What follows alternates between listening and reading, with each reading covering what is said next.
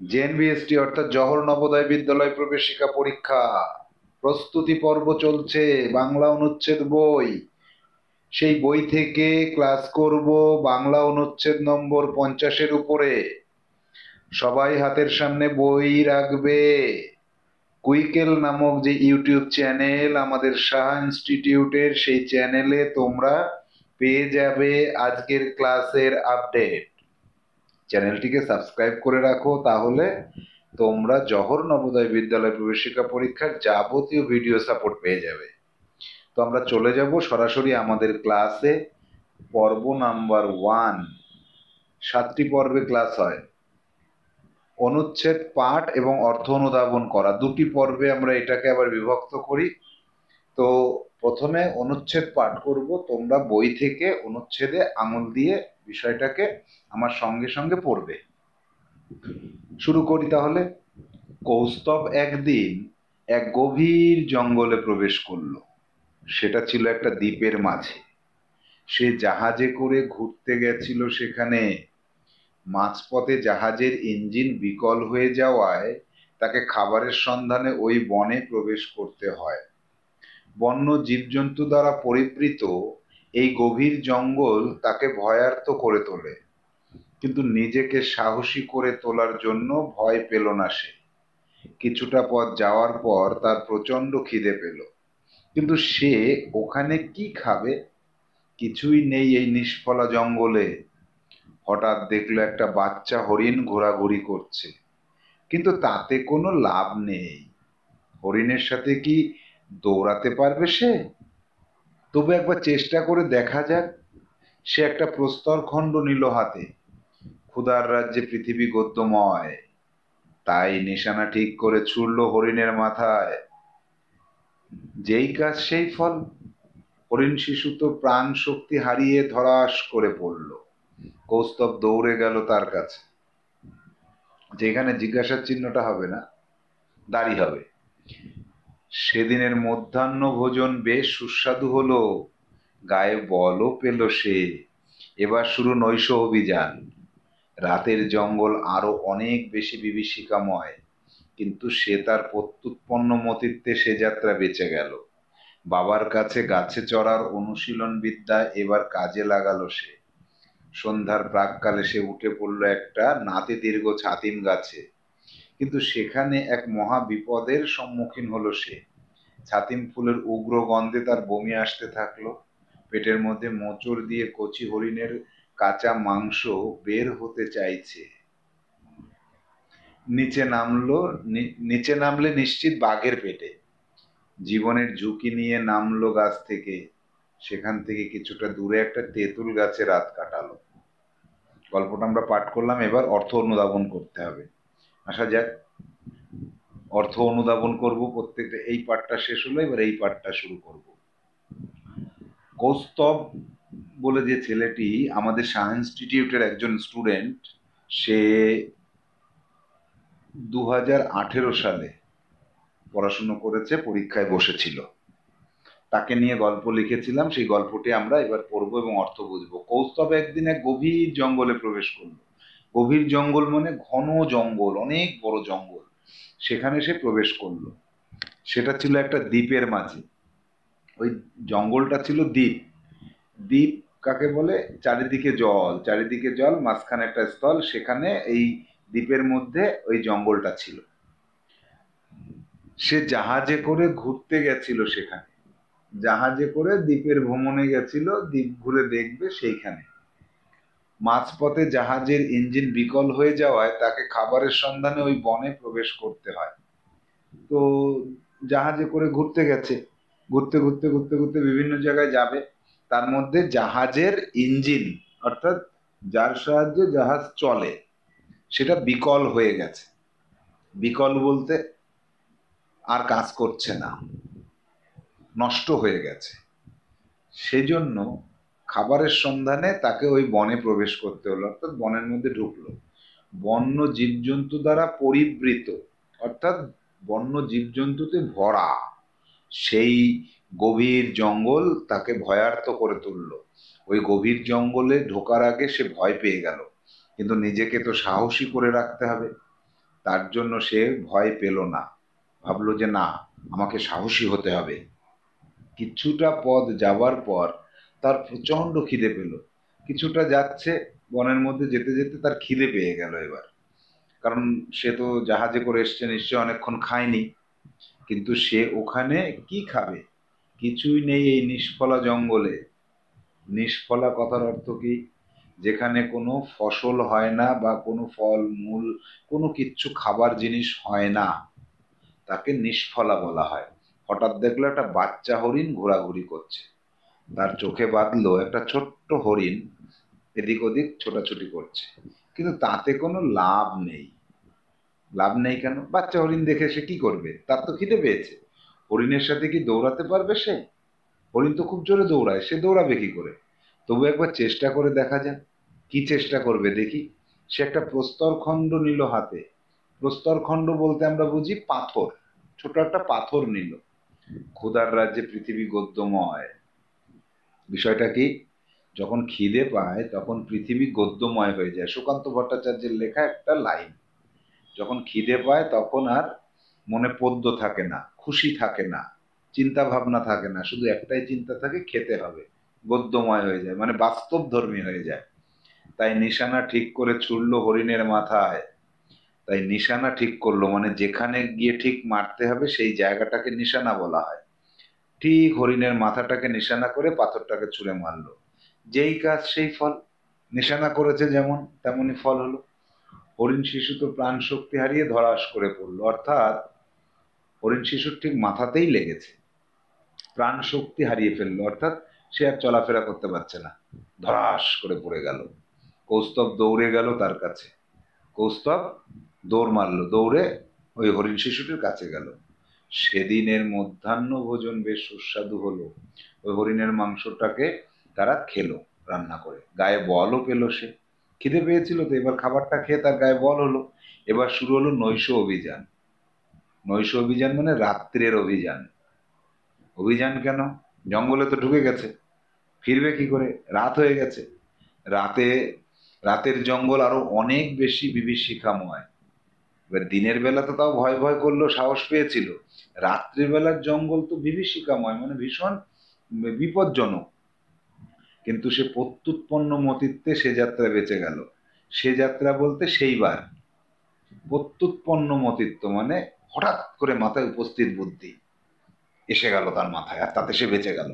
বাবার কাছে গাছে চড়ার অনুশীলন বিদ্যা এবারে কাজে লাগালো সে। তার বাবার কাছে সে গাছে ওঠা, চড়া মানে ওঠা, অনুশীলন করেছিল। সেই বিদ্যাটা এবার কাজে লাগালো। সন্ধ্যার প্রাক্কালে, অর্থাৎ সন্ধ্যা হওয়ার ঠিক আগের মুহূর্তে সে উঠে পড়লো একটা নাতিদীর্ঘ ছাতিম গাছে।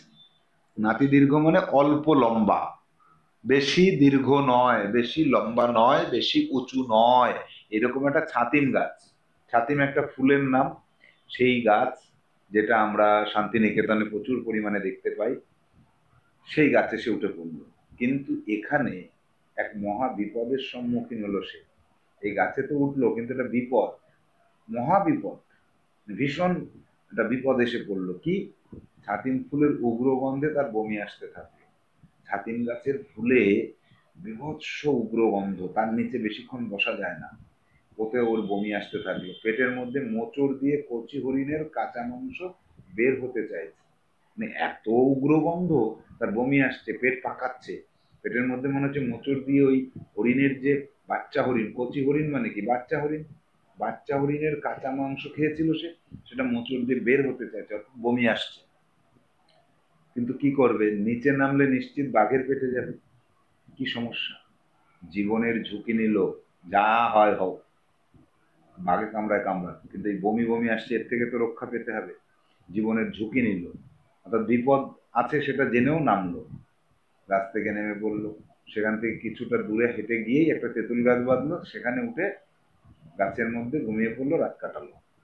তাহলে এখান থেকে HW কি থাকছে? 3 বার। কিভাবে রিডিং করতে হয় মনে আছে? গার্জিয়ানকে শোনাতে হবে। গার্জিয়ান না শুনলে আবার পড়তে দেবো আমি। চলে যাবো এবার পর্ব 2-তে। পর্ব নম্বর 2 কি আছে? শব্দার্থগুলোকে মুখস্থ করো। শব্দার্থের লিস্ট করে দেবো আমি, সেই লিস্টটা খাতায় নোট করবে। প্রবেশ অর্থাৎ কোথাও ঢোকা। দ্বীপ চারিদিকে জল। বেষ্টিত মানে বেষ্টন করা স্থল, তাকে দ্বীপ বলা হয়। বিকল মানে অকেজো হয়ে যাওয়া, অকেজো হয়ে যাওয়া। পরিবৃত মানে আবৃত বা ভর্তি আছে, জীবজন্তুতে ভর্তি আছে। ভয়ার্ত মানে ভয়ানক। নিষ্ফলা যেখানে ফসল হয় না, তাকে নিষ্ফলা বলে। প্রস্তর মানে পাথর, পাথর। নিশানা যেখানে, যেখানে গুলি বা পাথর ছোড়া হয়। মধ্যাহ্ন ভোজন দুপুরের খাবার, দুপুরের খাবার যাকে লাঞ্চ বলা হয়। প্রাককালে ঠিক আগে।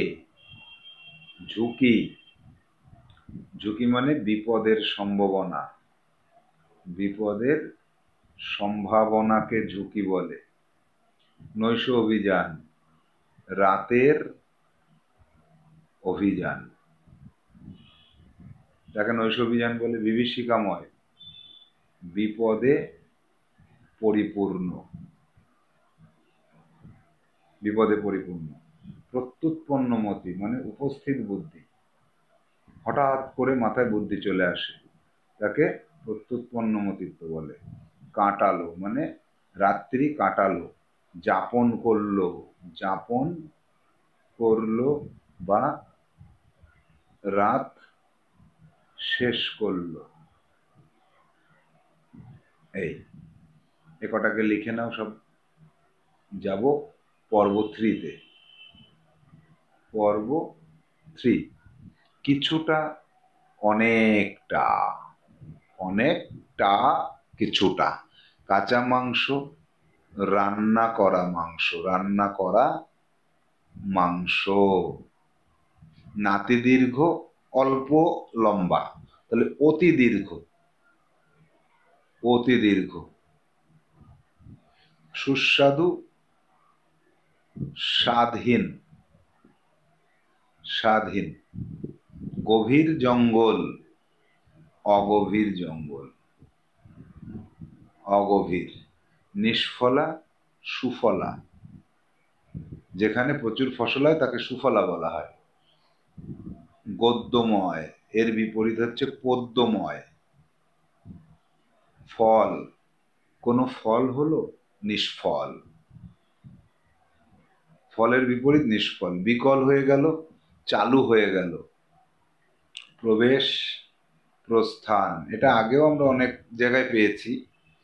বেঁচে মরে, চড়ার গাছে চড়ার, গাছ থেকে নামার। খণ্ড মানে কোনো একটা কিছুর খণ্ড করে দিলা, তাহলে পাথর খণ্ড, গোটা বা বৃহৎ, এখানে বৃহৎ পাথর। নাতি দীর্ঘ অতি দীর্ঘ, এটা তো আগে একবার লিখলাম।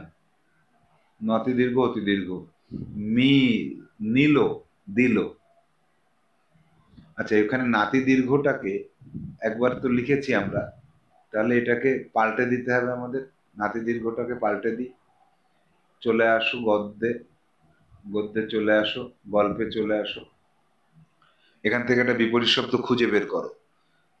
অনুশীলন চড়ার বিদ্যা কাজে লাগালো। উঠে পড়লো একটা নাতি দীর্ঘ ছাতিম গাছে, কিন্তু সেখানে মহাবিপদের সম্মুখীন হলো। ছাতিম ফুলের উগ্র গন্ধ, উগ্র গন্ধ, উগ্র, এইটার বিপরীত শব্দ আমরা লিখতে পারি। উগ্র গন্ধ, মিষ্টি গন্ধ, মিষ্টি। উগ্র মিষ্টি। তাহলে 14 দাগেরটাকে চেঞ্জ করে নিলাম আমরা। এবার এই পর্ব 2 আর 3-তে যা লিখলাম আমরা, এটাকে খাতায় নোট করো, তারপরে মুখস্থ করো, নোট করে মুখস্থ করে নাও। যাব পর্ব 4-এ, পর্ব নাম্বার 4। নিচের প্রশ্নগুলির সঠিক উত্তর দাও। নিচের প্রশ্নগুলোকে এবার আমি উত্তর মুখে বলবো, তোমরা শুনবে, শোনার পরে নিজেরা খাতায় লিখবে। 1 দাগ, জীবনের ঝুঁকি নিয়ে কোন গাছ থেকে নামলো কৌস্তব? ছাতিম গাছ থেকে, এটা তো গল্পেই রয়েছে। 2, কোন গাছে সে রাত্রি কাটালো? তেঁতুল গাছে। সব কিন্তু গল্পের মধ্যে সরাসরি পাওয়া যাচ্ছে, এটা একটা টাইপ কোশ্চেনের। ছাতিম গাছটি কেমন ছিল? অল্প নাতি দীর্ঘ ছিল, তো সেটাকে আমি অন্য ভাষায় যদি লিখি, অল্প উচ্চতা বিশিষ্ট, উচ্চতা বিশিষ্ট, এটা লিখতে পারি। এরপরে 4 দাগে, কৌস্তবের পেটে মোচড় দিল কেন? ছাতিম ফুলের উগ্র গন্ধে। 5, দুপুরে সে কি খেলো? কচি হরিণের মাংস। 6, প্রস্তরখণ্ড দিয়ে সে কি করলো? বাচ্চা হরিণের মাথায় নিশানা করে ছুঁড়ে মারলো। পাওয়া যাচ্ছে না গল্পের মধ্যে। 7, জঙ্গলটা কেমন ছিল? গভীর ছিল। 8, কৌস্তব কেন জঙ্গলে প্রবেশ করলো? খাবারের সন্ধানে। কৌস্তব খাবারের সন্ধানে জঙ্গলে প্রবেশ করলো। 9, কখন পৃথিবী গদ্যময় হয়? পৃথিবী গদ্যময় হয় যখন খিদে পায়, তখন। 10 দাগ, হরিণ দেখে কৌস্তব ভাবলো কোনো লাভ নেই। কেন এরকম ভাবলো কেন? কারণ হরিণের সাথে দৌড়ে পারা যায় না, এই কারণে সে ভেবেছিল কোনো লাভ নেই। কথাটা শুনলে নিজের মন থেকে লিখবে। এ কটাকে প্রশ্ন লিখবে আগে খাতায়, প্রশ্ন লিখবে লাল কালি দিয়ে, আর উত্তর, উত্তর লিখবে নীল কালি দিয়ে। কালি মেনটেন করে লিখবে, কালি যেন না পাল্টায়। যাব পরবর্তী পর্ব, পর্ব 5-এ, পর্ব নম্বর 5। কি আছে? সঠিক উত্তরটিতে টিক চিহ্ন দিতে হবে। গভীর জঙ্গলটা ছিল কোথায়? সমুদ্রের পাশে, হাটের পাশে, একটা দ্বীপের মাঝে, জেলা শহরে। তাহলে আমরা পেয়ে গেছি সঠিক উত্তর, বইতে হুবহু আছে এটা। এবার যাব 2 নম্বর। গল্পটির নাম হতে পারে কৌস্তবের জঙ্গল অভিযান, কৌস্তবের বিপদ, একদিন দ্বীপে কৌস্তব, জাহাজের ভরসা নেই। এটা তো হবে না, এটা হতে পারে, এটা হতে পারে, এটা হতে পারে। এখন দেখতে হবে তিনটের মধ্যে কোনটা বেশি যুক্তিযুক্ত। কৌস্তবের জঙ্গল অভিযান, সে তো অভিযানে যায়নি জঙ্গলের জন্য। কৌস্তবের বিপদ, সে তো বিপদের মধ্যে পড়তো না যদি জঙ্গলে না ঢুকতো। একদিন দ্বীপে কৌস্তব, এইটা হতে পারে। একদিন দ্বীপে কৌস্তব, এটাও সঠিক হতে পারে। আবার কৌস্তবের বিপদ, এটাও হতে পারে। এখন আমরা কোনটাকে বেছে নেব? এবার গল্পটাকে একটু ভাবি। কৌস্তব কিন্তু বিপদেই পড়েছিল, একদিন দ্বীপে তো সে ঘুরতে যায়নি, তাহলে এটা সঠিক। প্রস্তরখণ্ড দিয়ে কি মারলো ছেলেটি? কি মারলো দেখি? সিংহওয়ালা হরিণ, হাতি, জীবজন্তু, হরিণ শিশু। একদম বইতে সরাসরি এটা আছে, হরিণ শিশু মেরেছিল। 4 দাগ, হরিণের মাংস দিয়ে সে কি করলো? পোড়ালো, এখানে পুরালো হবে। রাতের খাবার করলো, মধ্যাহ্ন ভোজন করলো, সকালের খাবার খেলো, মধ্যাহ্ন ভোজন করলো। এই ভোজন আকারটা হবে না, মধ্যাহ্ন ভোজন করলো। তাহলে এখানকার আকারটা হবে না, আর পুরালো রস্যুটা হবে। যাব 5 দাগে, কোন ফুলের গন্ধ বমির উদ্রেক করে? করে থাকে জুঁই ফুল, ছাতিম ফুল, সূর্য ফুলের, আর রজনীগন্ধা। তাহলে সূর্য, সূর্য ফুল বলতে এখানে আমরা সূর্যমুখীর কথা বলছি, সূর্যমুখী, এইটা হবে। তাহলে ছাতিম হবে অরিজিনাল উত্তর বি। কোন বিদ্যা ছেলেটিকে বাঁচালো? বন্দুক চালনা, না ফাইট করা, না সাঁতার, না গাছে চড়া? হ্যাঁ, গাছে চড়াটা তাকে বাঁচালো, গাছে চড়ার জন্য সে বেঁচে গেল। 7, কৌস্তব কি কারণে গায়ে বল পেল? ওষুধ খেয়ে, চা খেয়ে, ঘুমিয়ে, হরিণের মাংস খেয়ে। হুবহু গল্পের মধ্যে পাওয়া যাচ্ছে এই উত্তরটা। এবার চলে আসবো 8, জঙ্গলে জঙ্গল কেন নিষ্ফলা? কোনো পশু ছিল না, সেখানে কোনো ফলমূল ছিল না, হরিণ ছিল, বন ছিল না, কোনো ফলমূল না থাকার জন্য এখানে নিষ্মলা বলা হয়েছে। কখন পদ্য মন থেকে উধাও হয়? যখন গদ্য আসে মনে, অর্থাৎ যখন খিদে পায়। ডি অপশনটা সঠিক হবে। 10 দাগ। তাক করে কিছু ছোড়াকে কি বলে? তাক করে নিশানা করা বলে। তাক করে ছোড়া, এলোপাথারি তো হবে না, হরিণ মারাও হবে না, গুলি ছোড়াও হবে না। তাহলে এটা হবে সঠিক উত্তর। গরমের ছুটির 2 মাস যারা নবোদয় স্কুলে পড়ছে বা পরীক্ষার পরে রেজাল্ট আউটের আগে 3 মাস স্পোকেন ইংলিশ, এখানকার অল সাবজেক্ট, এখানকার স্পোকেন ইংলিশ পড়ার জন্য আমাদের যে নম্বর, সেই নম্বরে যোগাযোগ করতে বলা হচ্ছে 9932224569। অফলাইন ক্লাস বুকিং করার জন্য এই নম্বর, আবার অনলাইন ক্লাস বুকিং করার জন্য কিন্তু এই নম্বর। এই নম্বরে যোগাযোগ করতে হবে অফলাইন অনলাইন ক্লাস বুকিং। আর গরমের ছুটিতে যারা নবোদয় স্কুল থেকে বাড়িতে আসো তাদের অল সাবজেক্ট, এবং পরীক্ষার পরে নবোদয় স্কুলে যাওয়ার জন্য ইংরাজি শিখে যেতে হয়, সেই ইংরাজির জন্য। যাব পর্ব নাম্বার 6-এ। গভীর কি? এটা পদ চিহ্নিত করতে হবে এবং তার পরিবর্তন করলে পরিবর্তন করতে হবে। গভীর হচ্ছে গভীর অরণ্য। অরণ্যটা কেমন? গভীর বিশেষণ পদ, গভীরতা। এই জঙ্গলের গভীরতা আছে। কি আছে? গভীরতা। বিশেষ্য পদ জঙ্গল। জঙ্গলটা কি? বিশেষ্য পদ, একটা গাছপালা পূর্ণ এলাকার নাম। জঙ্গলে যেটা জন্ম হয় তাকে জাঙ্গলও বলা হয়, বিশেষণ পদ। প্রবেশ করলো, ক্রিয়াপদ, এর আর পরিবর্তন করা যাবে না। 4 দাগ। নাতি দীর্ঘ বিশেষণ পদ। কেমন রে? নাতি দীর্ঘ। দীর্ঘ থেকে দৈর্ঘ্য, এটা বিশেষ্য পদ। ছাতিন বিশেষ্য পদ, এর তো বিশেষণ হয় না। উগ্র বিশেষণ, উগ্রতা বিশেষ্য পদ। কেন? ওর মধ্যে না একটা জিনিস আছে, কিরে? তার না উগ্রতা আছে। তাহলে এবার আগে যেটা আমরা পর্ব 5-এ প্রশ্নগুলোকে খাতায় লিখবে লাল কালি দিয়ে। এর যে অপশানগুলো রয়েছে, উত্তরের অপশান কালো কালি দিয়ে লিখবে। তারপরে এই এ বি সি ডি যে অপশানগুলো লিখবে, সেটাকে যেটা সঠিক সেটাকে টিক চিহ্ন দেবে লাল কালি দিয়ে। তাহলে লাল, কালো, আবার লাল, এইভাবে এই কালি মেনটেন করে লিখবে। আর এখানে যে কোনো কালি দিয়ে তুমি 10টা পদ খুঁজে বের করে লিখে রাখবে।